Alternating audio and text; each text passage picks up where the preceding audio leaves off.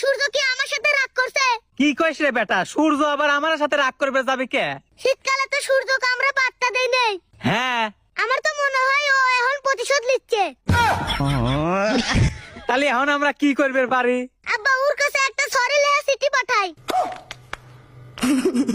আব্বা আমারও তো এসি কেনার টিকা নাই, কিন্তু ফ্রিজ তো আছে। হ্যাঁ আছে তো।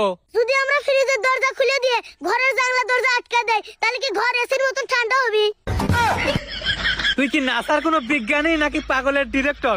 ওই কাম করলে আমরা সরাসরি পরকালে চলে যাবো না। আচ্ছা আব্বা, তাহলে আমরা ফ্রিজের মধ্যে বসে থাকি না কে? ফ্রিজের মধ্যে বসবো, তে অত জায়গা পাবো কোনে? কে আমি নরমালে থাকবো, তুমি ডিপ ফ্রিজে থাকবে।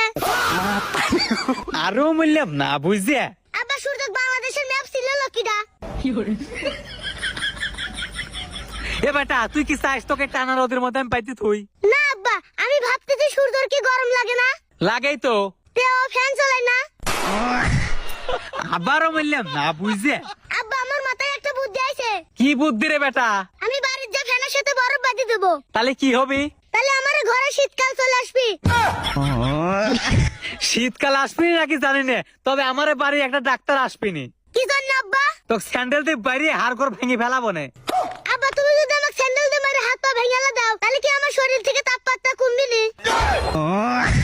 কুম্বেরও পারে বেটা।